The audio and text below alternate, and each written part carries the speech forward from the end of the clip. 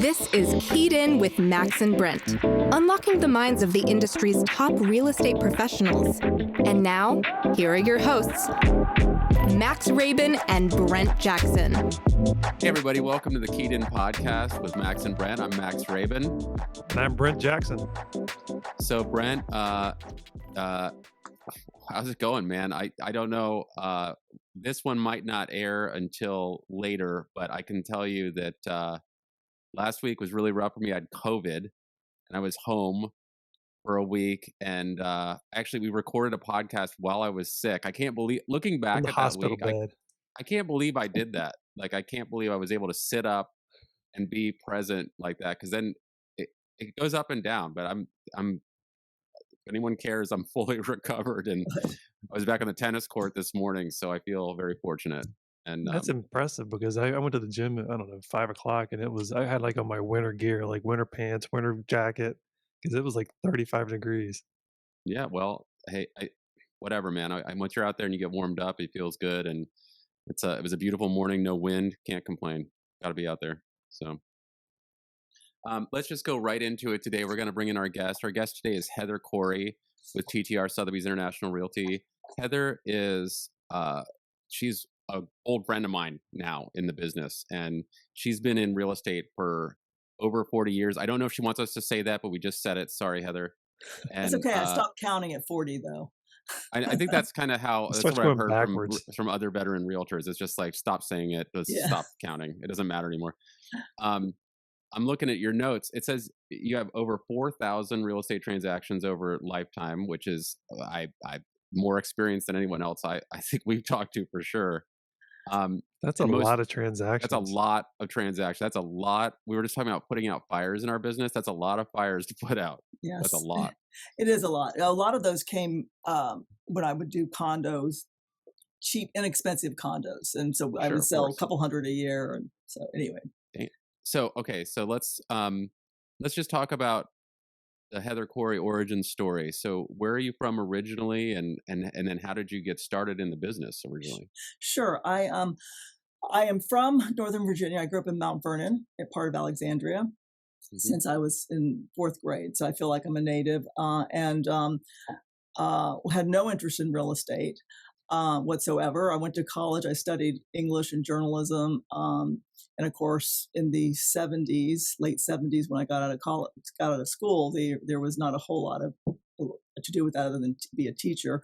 So I was just looking for a job to make a living. And this is how I don't know many people who grow up saying, I want to be a realtor.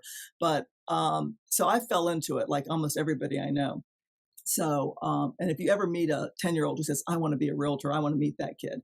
I think the kids in my house are starting. They think that.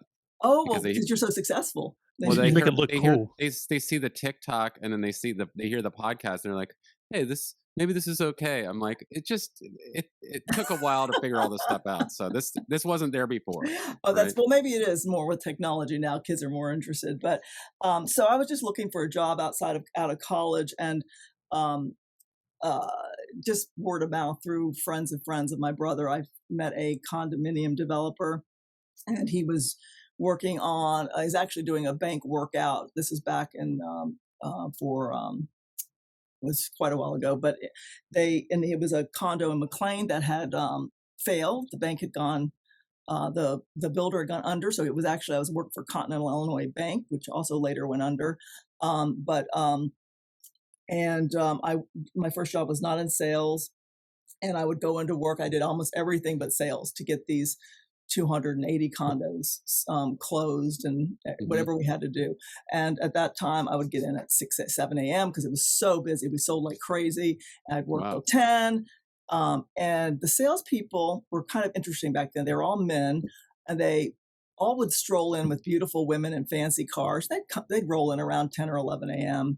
And then they'd be out drinking all night. And I said, that sounds like, and they made a lot more money than I did. And I said, that sounds like a better gig. So I quickly got my real estate license. Yeah, very old school. Right. So these are the agents, like the brokers and the agents that are coming in selling these units? Yeah, no, these were actually our project condo salespeople Okay. that were rolling in with all the money, and so I thought that sounds like a good game. And that's yeah, and also just the agents in general who came in also seemed to be a lot more relaxed than I was as far as the timing of working so much. So I got my license the next year and started selling. So that's where it came in, and I've sold mostly in Northern Virginia, some in DC through the years, some Hmm. focus in Maryland at times. I've had, you never quite know where your path's going to lead you. Now I'm pretty centered in Northern Virginia, which occasionally doing deals in Maryland or DC. But I like having a smaller territory, and Yeah. yeah, it's just a lot easier. And doesn't mean I don't work outside of it, but I really like. I call it the Mount Vernon to McLean sort of corridor is my specialty. So when you first got into this, were you working directly with a developer or you on the residential resale I side? started my first few years were with a developer, yeah, as a condo salesperson. That's smart. Yeah, it was great. Back then, it was yeah, no, it was great because I was very young. I mean, it was my first job was in real estate, and so I didn't really have any personal connections then. So that it was a great way to go, and then of course the money hooks you very quickly when you're doing that. So even though I thought it might be a temporary thing, it became my career. Well, I definitely I've known you as a Northern Virginia expert since I first met you. So obviously sticking to like a location and a niche kind of it gives you a solid base, and it actually helps your business. I think a lot of agents get into this idea like, well, I can work in a lot of different locations. I'm just going to follow the money. And I think that you kind of maybe you have to do that at first, but when you can narrow it down to a location like that, then I don't know, it's overall better. You can pay attention to like what's happening in your backyard versus like running after something that's not really your expertise. Totally agree with that, and I think I totally agree. And as you know, both of you have done that. I know I partnered with Brett when you had somebody in Mount Vernon several years ago, and Max, I partnered with you for people in DC, and you partnered with me for things in Old Town. Yeah, So for it just sure. seems like everybody wins, and we're not learning a new market every week. I That's tell worth. people my book of business, it's Cleveland Park to Capitol Hill, all points in between, newer construction. And some agents will laugh because it's like, what do you mean you won't go to Bethesda or Old Town? Like, I don't want to because I don't know the shops, the restaurants, the schools, everything that's important to a buyer that you should know as a listing agent. So like Mhm. one of my most favorite houses we ever sold was the one that we co-listed with you down there in Mount Vernon because it had a breathtaking view of the Potomac River. And I was like, we could do it, but it's just I don't know the lay of the land down there. Right, and I think it worked out well. I think working together that way. So yeah, Yeah, that you don't want to get stuck in that position with a client or a buyer where they're asking you questions and you're making stuff up as you go along. It's a yeah. lot easier to just, especially if you have these good contacts in your like sort of immediate market, to just go ahead and partner up. I mean, there's very little harm in that. You're only going to give better service to your clients, and you're making great connections that way. So that's really smart. Yeah, totally Yeah, I mean, agree. the old adage is, what is it, like 25% of something is better than 100% of nothing because you take on the listing, you totally botch it up because you don't know the neighborhood, you've overpriced it, You don't want to drive out to it. you don't want to drive Right, out to it, you get irritated, you get road rage. That's one of my things. Is like, right. oh, I have to go out there again. That's another like that's just 2.5 hours round trip, depending Yeah. on traffic or wherever it is. It's so true, It's and rough. I think all of us believe in the saying that your next deal is embedded in the deal you're working on, as we've heard many times, and it's so true. You don't want to blow something, get a bad reputation. I mean, word will get out. You're much better off passing it off to somebody or partnering with somebody. So speaking of like your Virginia expertise and your longevity, you recently, I don't want to bury the lead here. You recently had a mega sale, which I think is, I mean, it's extremely noteworthy. I mean, this was a It's property. huge, it's record setting, I mean, It's a it's massive. record-setting, incredible. It's called Riverview. It was a 16.5 acre property with total unspoiled Potomac River frontage. So, how did this listing and sale come to be? How did the listing come to be? Were these people that you knew? That like are these your long-term clients? That's a great question because they weren't my clients initially. I was the listing agent on that property in 2000 with a team, Mm-hmm. 2013, 14, and Oh, okay. 2013 and 14. And it was a tear down vacant land. And they came in with another agent. And there were issues that the deal almost fell apart a few times. I stepped in because, and they had a great agent. So don't get me wrong. She just wasn't real familiar with the area. She was from, I think, Vienna, Oakton area, and didn't Mm-hmm. know a lot of the nuances with dealing with the National Park Service and, the riverfront issues with Corps of Right. Engineers, et cetera. So obviously, I want to make sure the deal went through. So I got very involved, making sure certain information, was corrected, that they had been given incorrectly to the buyers. And anyway, long story short, we got it to closing, and they were very appreciative. The agent was very appreciative. Everybody was happy. And out of the blue, this is how you know. And I didn't solicit them because, as you both know, I just don't. If somebody's got a client and I know they've got a client, I'm not going to go after them. I don't care if they're in my backyard or what. So I never solicited them. And then when was it? It was 2 years ago. So that would have been about 5 or 6 years later after the fact. I got a call from them and saying, and they said, you helped us so much. We wouldn't have bought this property without your help. And I know you didn't represent us, but we really valued your opinion. And, would you come talk to us because we want to buy a second home? So that's how it started. So okay. I basically went over to their new Riverview estate that they had just moved into, not, less than a year earlier. Mm-hmm. And this is, I think, an important thing to note. They basically wanted to buy something. They said, "Are you familiar with Jackson Hole, Wyoming?" Well, it just so happened I was very familiar with it. I'd been there many, many times. And I said, "Oh, yeah, I know." And I know agents there. I said, "Well, could you help us find an agent and everything?" And long story short, I introduced them to an agent, which is a big part of our business, referrals, of course.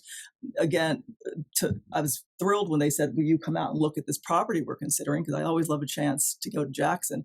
And they bought it very quickly, and it was a $35 million property. So yeah. I didn't know that part. Okay. Yeah. You went to Jackson Hole to see this place. Yeah, they asked me to. They went once, and then the second time they went back, and they had narrowed it down to one property.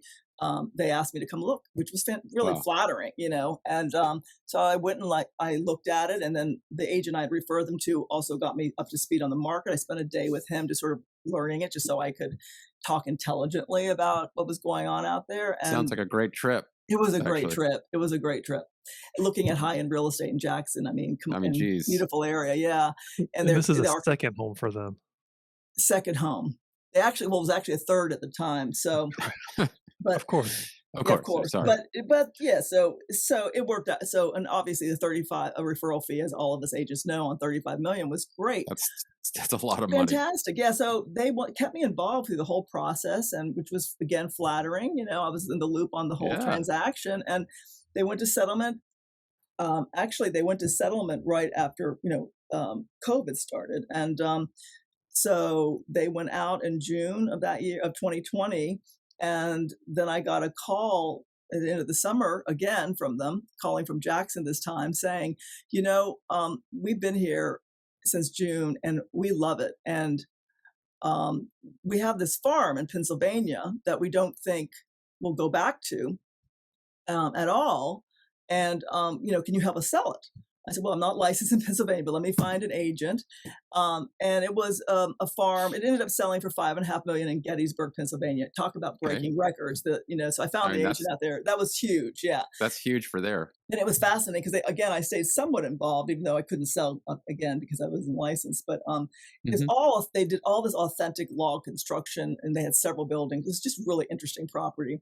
So that took a while to sell. It took, I think, about I can't remember, 9 months or something, but literally still not that long in the grand scheme. Yes, for a big property out there. Yeah. But so that was in August, and then in September they called me and said, "Thanks for getting us set up with the farm, and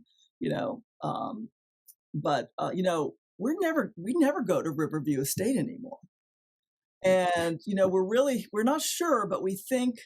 Actually, the farm was a little bit before that they asked about the farm. And they said, "But there's one other place we'd like to have a residence, and that's Pebble Beach."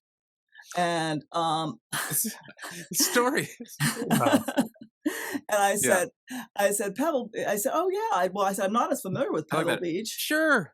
Of but yeah, but course. well, can you help us find an agent there? You did such a great job in Jackson. I said, of course. So I didn't know agents there, but I got, of course, on the phone and started talking to people and Right. found the top Sotheby's people out there Yep. who took great care of them.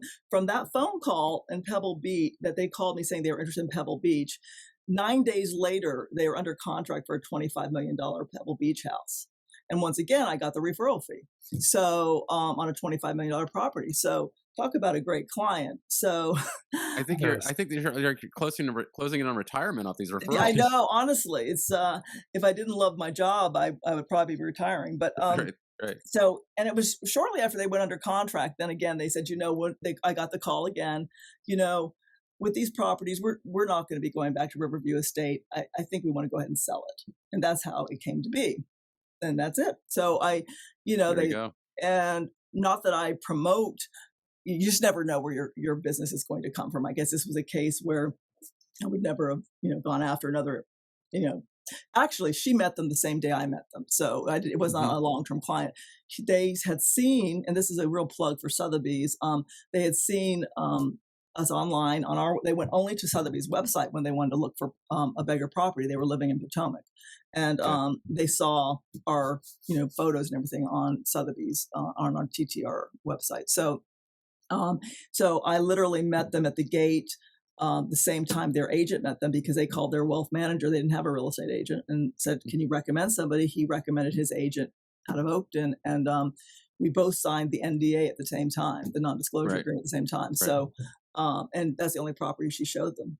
They knew they wanted it as soon as they walked on the land. Well, it's such a unique, what else you get? There's nothing else like that. Well, the land, we talk a lot in real estate about different areas, and I sell in McLean too. But when you look at some of the prices they've gotten along Chain Bridge, the Gold Coast, so to speak, and what they got there, with 16.5 acres of actual waterfront where you can have a dock and just totally remarkable land. So that's how it came to be. It took about a year to sell it. Can you share with some of our listeners that might not know exactly where Riverview is? We keep using Riverview as the catch-all, but some of the people might not. Yes. Good point. Some of our young millennials might be selling like $250,000 studios, and like, where's this $50 million place in Riverview, and where is it? Right, great question. It is exactly between Old Town Alexandria and George Washington's Mount Vernon Estate. So it's 4 miles outside of Old Town, south, off the GW Parkway. Okay. So it's not like the most perfectly convenient location, really, but for folks like this, I'm not gonna. You know what? It is convenient. Yes, Max, you DC snob. I mean, I need to be able to walk to the CVS. So from Riverview, yes. Okay. Well, okay, you're right. You've got to walk. It's about 3 miles to a shopping. Well, actually, it's not that far. It's not too far. Yeah, I would never would have bought it, Heather. I know you'd never. I know. I know. Darn it, I'll find something closer to you for $50 million. I'm sure I could find something in my neighborhood for $50 million if I look hard enough. Believe me. But it is. Go ahead, Brent. So just diving a little deeper into this, so you get the phone call. You've referred them to a bunch of different places, which is amazing, right? I mean, it goes back to you're the expert in your niche. They're coming to you as a resource, and you keep giving them great sound advice, and then they come to you with we don't want this house anymore. So walk us through like pricing, because $50 million is not the norm in our DMV at all. So like, how are you going through pricing this? It was really hard to price, of course. So what I priced it at $60 million, and we sold it for $50 million. I took the higher end sales in McLean primarily because that's the closest area with higher end sales on the water, even though it was not, those weren't water accessible. And and then I literally just made a little spreadsheet. I know Max is a big fan of spreadsheets, and I used my own weighting of, yes, that is the area. The challenge was that's the area, that McLean area. There's certain neighborhoods where somebody's going to spend 50 or 60 million. They're going to look there first. So I had to extrapolate on what people were getting there, and create a value on it. And that's how we came up with the $60 million price, other than just really weighing back and forth on how much if this property like this could exist. It can't because of the river frontage there. But if it could in that location where everybody looks, it would have been twice that at least, probably more. So we knew we had to discount it for being in an area that is not known for properties of that price. We had represented several in the around 40 million in that area in McLean. So that's how we came up with pricing. And then, I do have a sort of a belief that, if you're in the ballpark, I don't like 50 million, 60 million, I don't, Sure. I don't think it's a big difference if that's your price range. Mm-hmm. So, I wouldn't expect you to share. I mean, I've read some of the articles about it that like the buyer was non-disclosed, but was the buyer also examining other? Was this like a one-off for this buyer? Were they examining other properties in our location, like some of the other high-end stuff, like you were talking about in McLean, that's like overlooking the river, but not necessarily accessible to the river? The Like, buyer Mhm. was looking at something else, and I didn't even know it, and for sure how close the buyer had come to buying another property before finding us. Mm-hmm. And I wish I could tell more about how they found us, but I mean, obviously we're everywhere, but how they came to want to come and see us. But I don't think I better go there yet. But yeah, they actually thought they were going to be in a different location. And then I could see, you kind of know, just like I knew when my sellers walked on that land and looking at them, I knew they were going to be the buyers. I'd shown, like when they bought, I had shown it maybe 5 or 6 times, and I just knew they would be the buyers. I knew, and I'd shown this one, and we only, of course, showed to qualified people. I don't know how many times. I have to go back and look, 7 times maybe. So 7 total showings within a year is what you're saying. That's about right, because I could have shown it 200 times, but I insisted on proof of funds. No, that's legit. Yeah. Because you get all kinds of curiosity people who may actually be able. You know what, though? I will say this, though. There really aren't a ton of people in the market for a $60 million property. Right. It's for real, not in DC. No. Like for not here. For real, yes, for not real. here. Not here. For real. That's a lot of wealth. It really is. It really is. And I felt like, I just felt like, well, for security purposes, for all sorts of reasons, I was not going to let anybody on that property unless they were serious buyers. Yeah, that's fair. Yeah. And so we didn't show it a whole lot. And we had some interesting people look at it. But right at the end there, the last few months, I had the buyer, and then I had 2 other people who were very interested. We actually had a letter of intent from another group that has been publicized. So I can say it was a group from Argentina, and they actually put out letter of intents for 3 parcels in a row that were on the market there. And we entered into it. I added a kick-out clause to it, of course, where I just had to give them 24 hours notice, and then we could enter into an agreement with somebody else. Mm-hmm. So literally, it was just maybe 2 weeks later that we got the offer from the buyer, and it was better. Didn't have any contingencies really to speak of. Not as it seemed like a very high probability that this buyer would go to closing based on their needs. So we kicked out the other letter of intent that was for more money, actually, a little bit more money, and went with this buyer. Can you share with us a little bit? Maybe you can't. You had 7 showings, but are these local buyers or are they international, national buyers? It was a mixture of all. I had a few. When I think about it, I actually just started getting the international buyers this past summer. I think COVID, because we went on in fall of 2020, so right in the middle of all the COVID before vaccines. So and that also kept some people down. So the international buyers, I had 2 really good ones that came in person to see it, in those couple of months before selling it finally. I think we would have had more if we hadn't been launched in a COVID period. That's kind of interesting. Yeah, you're taking a really, really pricey asset for this client. Obviously, it sounds like they have other pricey assets, so it's not like they're hugest nest egg necessarily. It's not insignificant, but it's significant. But and then you're launching it during a period of time where a lot of international travel just isn't that free. Now people at this level can certainly make their way to get somewhere if they need to, right? So absolutely, it's a different level of risk, I guess, when you're dealing in this echelon. Well, but there's also a there, if you think back to a little over a year ago, people were still pretty terrified of this disease. And they didn't really Hmm. want to, even if they could take a private Right. jet Fair over. I enough. mean, it was there was still a lot of fear. So it took a while. But yeah, so I didn't, so interestingly, so we just had the two, and then I had, a couple, a few from the DC area, and then I had a few national that, again, people from Americans who had properties all over the world. So not just local DC people. So yeah, so Cool. it was from everywhere. I didn't start really advertising. I advertised a fair amount, which I think we have to do, obviously, with this kind of a property. But I didn't really start hitting the international market until the spring after the vaccines were out. So So I have a follow-up question with that.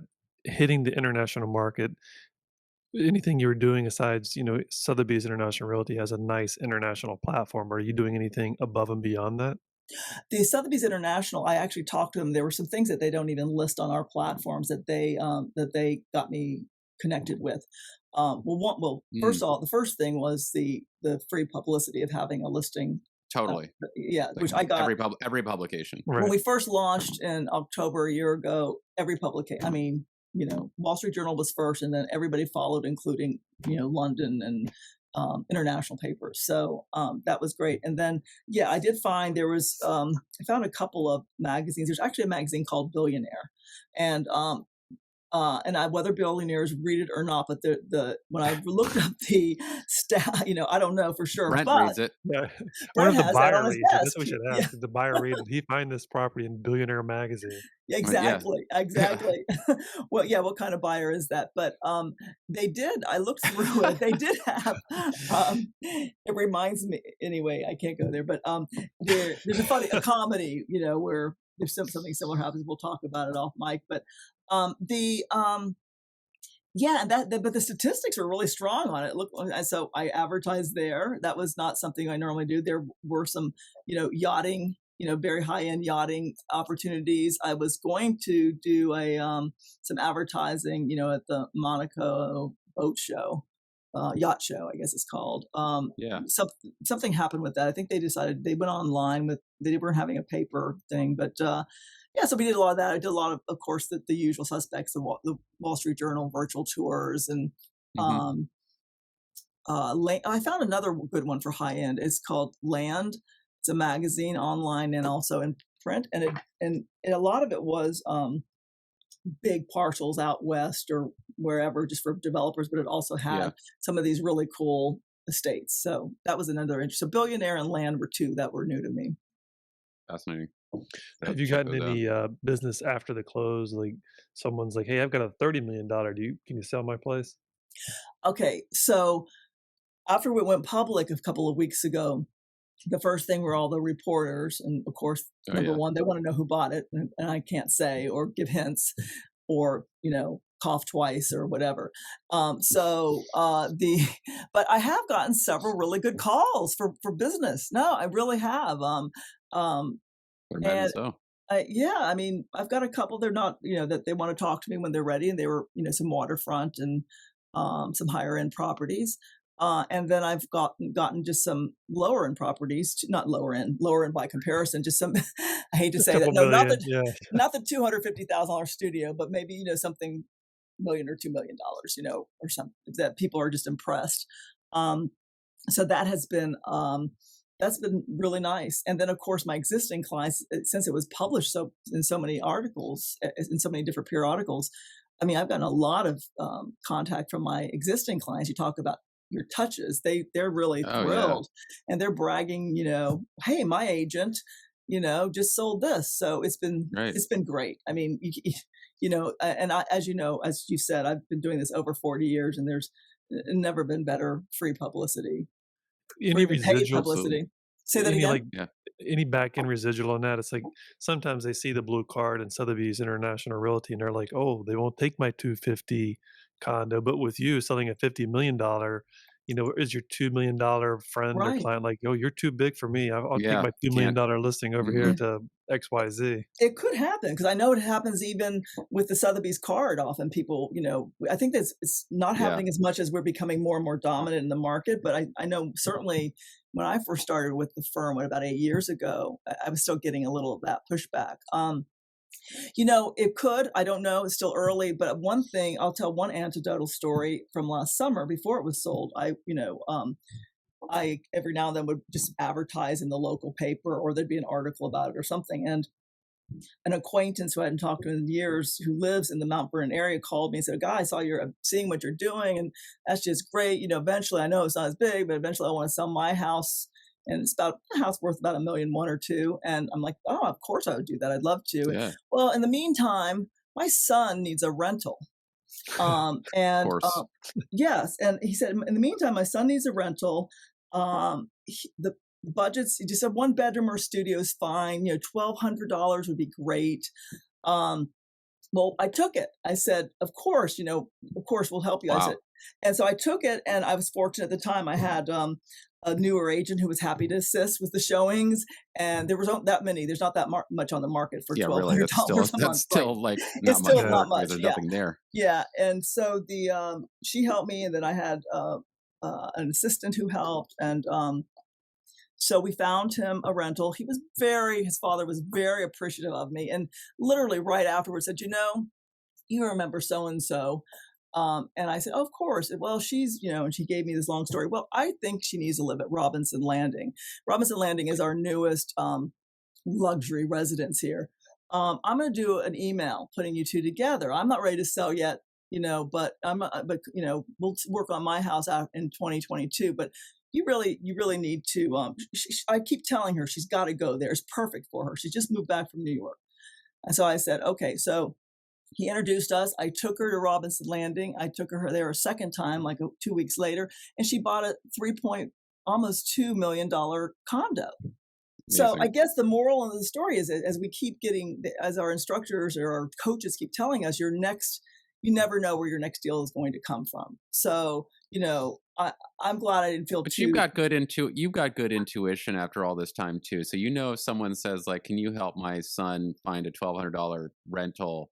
It's not I don't know. We get those requests all the time, and sometimes you're like, I can't do Yes. this If it's because somebody, you're going down. if it's random, if it's somebody I don't know, I agree. Right. But, somebody who could be in my sphere, even though he hasn't been, an old acquaintance that I didn't know very well. And he has a house that he says he's going to, Yeah. that he's older now. He's my age. His kids are grown, and it's about $1 million house, in my market.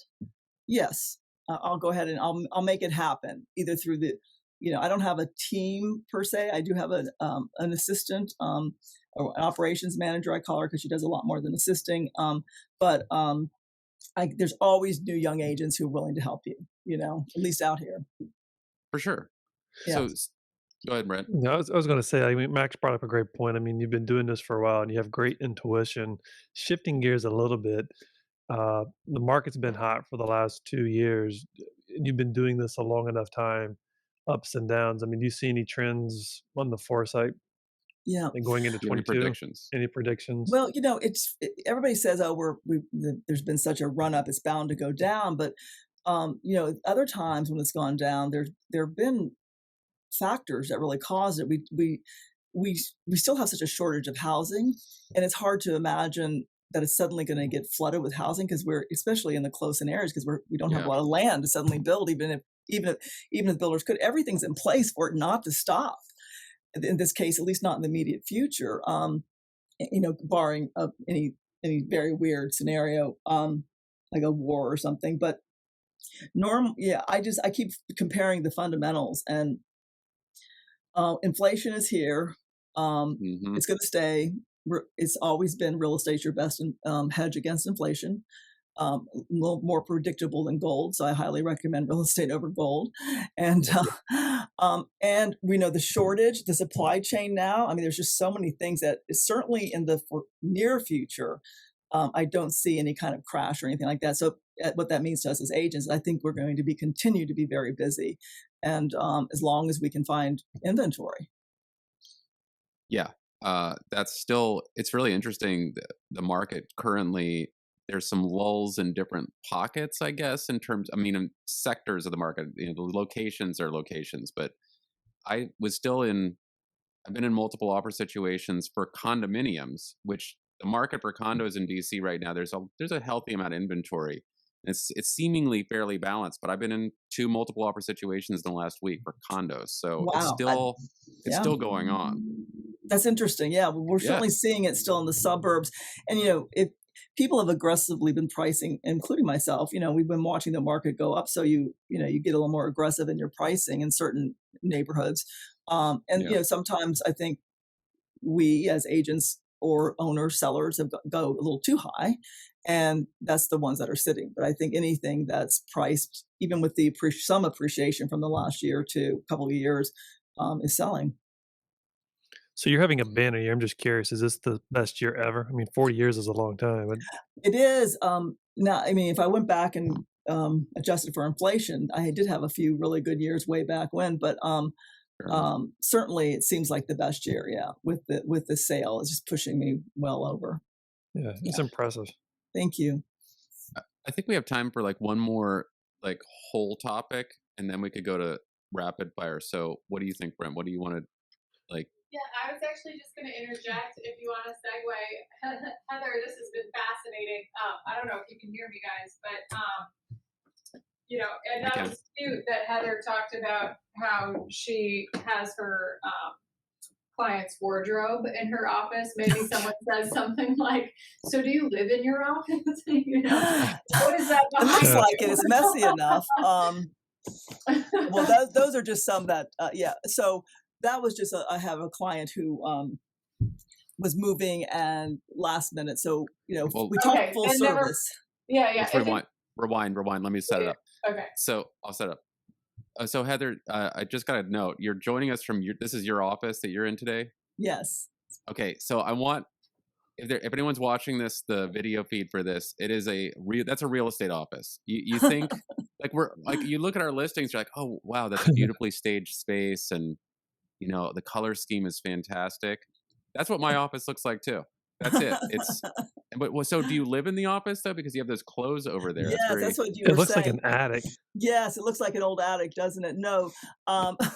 That's our client, again, being full service. If somebody needs us to do anything and they're a good client, my client is not in town. So when we had to empty the house, and just by a series of circumstances, the person who was supposed to get rid of quite a lot of clothing wasn't able to. So I recruited a colleague you're with the the biggest consigner. SUV in the office, and we loaded it up, and we've done it. We decided this sounds really nice, and so we actually put it online. We sold a lot of it to agents.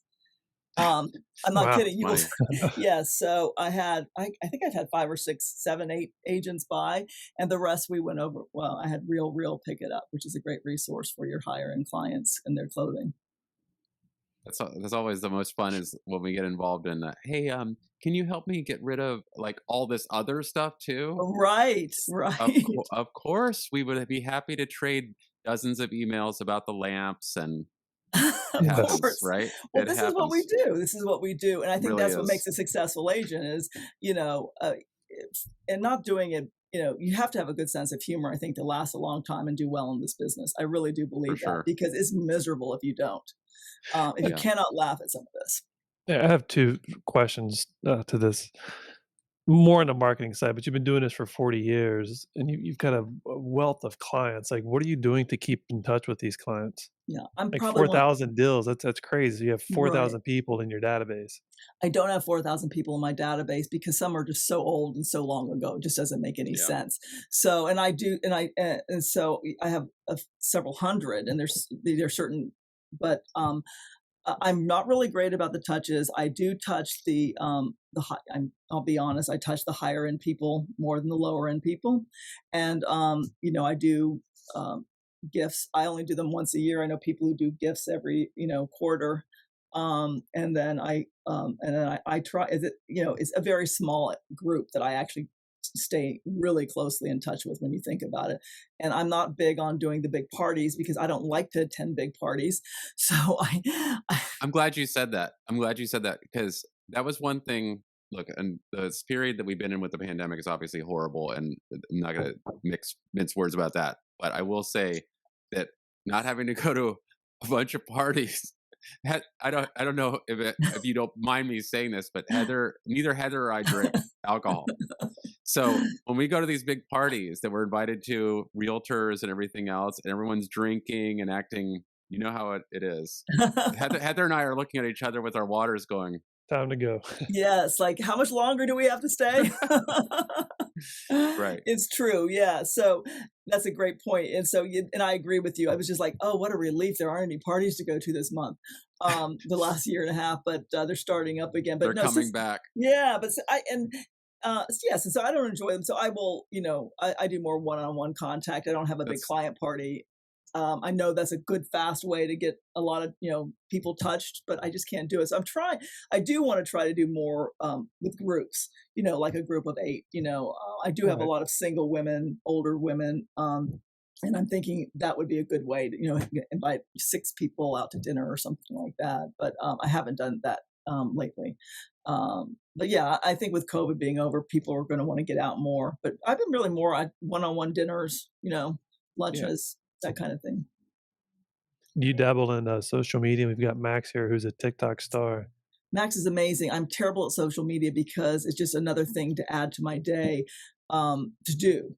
And my to-do list never gets done. So there always seems to be something more urgent that I need to work on. So I do have, I got a top tier operations manager now. You guys may know her, Londi Guerra. Mm-hmm. She started with TTR in the marketing admin position, and we got her back, and so she's really starting to put all that together. So you'll see 2022 will be the year more social media for me. But I do believe it's a great tool. Max, you post great stuff, and I imagine you. Well, I don't want to necessarily interview, but I've always been curious. You must get a good amount of leads from your social media. Yeah, I think that first and foremost, I think that the social media presence helps me maintain my core audience as it is, based on like the age group that I'm in and everything else. But also, yes, lately, at least with TikTok, it's been a resource for actual real new business. Nice. People see it and they say, I saw you here and I want to talk about my house. I mean, it literally happens that way. So it's consistent. It's just consistency, and it's putting the energy out for it. And one thing that, Heather, about you that I think is fantastic, one of the reasons I think that we get along so well is like you're authentic. There's only one Heather, and she's just gonna tell it like it is. So, I mean, look, you can always put together a social media plan, but if you don't have the right energy for it, yeah, sure, you could have someone else work on it for you and make sure that that's there and people can connect with you and see you there and feel confident in that. But, if it's not your thing, then you can't, there's things you can't force in life. Right. Thank you for saying that, Max, because I am, like, for example, and this is something a lot of agents will be like, but I am really uncomfortable posting this, just sold and that kind of stuff. I just feel like it's bragging, Now, I don't want. I know everybody does it, but you'd rather have it printed in the Wall Street Journal. Yeah. That's what I can do, but I can only have it once in a career, right? Yeah, once in a career. I don't know about once, maybe twice. Okay. Yeah, come on. Okay. Yeah, well, that's right. When it came on the market and when it sold, I got it twice. Okay. But but that's the kind of stuff. And you're right. And thank you for saying that, because I try to be me, and that isn't me. So I'm despite Londi telling me to constantly, you got to promote this sale, I'm going to stick to my guns, I think. There's many paths to success out here, and you prove that. And we all prove that every day. We do. Do you have any advice for our younger listeners that are just starting out in the business? It is so hard to start in this business. I do think joining teams is, even though I don't have a team, I think, if I were starting over now, I would try to do that, because it's you may have a sphere. Yeah, I would suggest that, because you may have a sphere, but you don't have the credibility yet, necessarily. Is, this person, with, going to trust you when it's your first transaction or your second or your third. So I think a team is a great way to go. And I also think, what Max just said, be who you are, be authentic. Yeah. Don't try to be somebody else. It's just not going to work. It just doesn't work. So, when you're young starting out, people can see right through that. And frankly, like draws like, what was the saying? so you want to work with the kind of people that you like, and I think you want to work with honest, authentic people, right? We all do, and with our especially colleagues, in sales, especially. Yeah, there's too much that can go sideways, and honesty, treating other people the way you want to be treated, being yourself. It's all great advice. And then as far the technical stuff, you get on with a good team. They'll teach you, how to do, and you take ninja training. All that stuff is great. All the stuff we offer, that does phenomenal training. There's really so many resources to get those kinds of things. But yeah, I would recommend going on a team. Okay. Hey, Brent, you want to enter with some rapid fire questions here? Rapid five. Oh gosh. Quick and easy. Very easy. What is your favorite Old Town restaurant? Oh wow, that's well, I have a new one, and it's called Elizabeth's Counter, and it's really a little place with a couple tables because they are all vegan. It's the only all vegan place in Old Town, but it's really more of a lunch counter than anything. I'd rather go there for the food than anything else. Curious, After that, go ahead. This is the new one. What's the old one? I really like. It's still kind of new too. It's called Barca. It's on the water. It's literally on the water in front of Robinson Landing. And you sit on a float, like what looks like a floating dock, but it's attached. Very cool. Nice. Favorite book? Autobiography of a Yogi. Okay. Care to elaborate? Autobiography. It's a life-changing book. I read it in the 80s, in my 20s. For me, it resonated just about how I wanted to live my life. Okay. And when I say yogi, it's not yoga postures. It's it's. I was thinking Yogi Bear. Yeah, it could be that. Yes, yeah. Or Yogi Berra. Yeah. I always wanted to be a baseball player. Right. Anyway, a great book. I highly recommend it. The Autobiography of a Yogi. I meant Yogi Berra. Right. Yogi. That'd be amazing. No, it is about a yogi. Favorite TV show? It's whatever I'm watching at the moment. I was always one of those TV snobs who said, "Oh, you sit around and watch TV," and then of course Netflix and streaming came on. Right now, I'm finishing Money Heist. Money Heist. Check that Spanish, fantastic. Okay, check it out. Favorite vacation spot? If you ever get time to go out and vacation. Yeah, no, I have two in the U.S. Jackson Hole and Big Sur, California. Fantastic. Big Sur's cool. Sound amazing. It's amazing. So last question here. Any predictions for 22? You gave us a little bit of a rundown earlier, but any insights from what you're seeing out there? Yeah, I think we're going to have a busy year in 22. I think the inflation is going to scare people into buying. I know I'm even, thinking I should have been buying stuff, some more. I'd gotten out of investment properties, but I'm feeling like I should have been collecting some the last couple of years. So that feeling makes me think that we're going to be continue to see inflation. I just think with the pressure of to reopen the economy in general, I think the pressure is coming less from the health side. It's like, oh, sure, the cases are down. The cases are not necessarily down. They're not. Really it's like they've got to get people really working again. I mean, that's how it works out here. You go to work in the United States, so you got to open things up and make people create the illusion of get back out there. And so I think 2022 is going to be really busy. I think our urban centers are going to get really busy again, and it's just. That's it. I think I agree with you. Yeah. So, Heather, thank you so much for coming on today and sharing the stories. And congratulations on this incredible sale to this year. Amazing stuff. Well, thank you both. You're two of my favorite agents. So it's really, really, really nice to see you both. You're too kind. Thank you. Thank you. Thank you. Thanks for listening to Keyed In with your hosts, Max and Brent, unlocking the minds of the industry's top real estate professionals.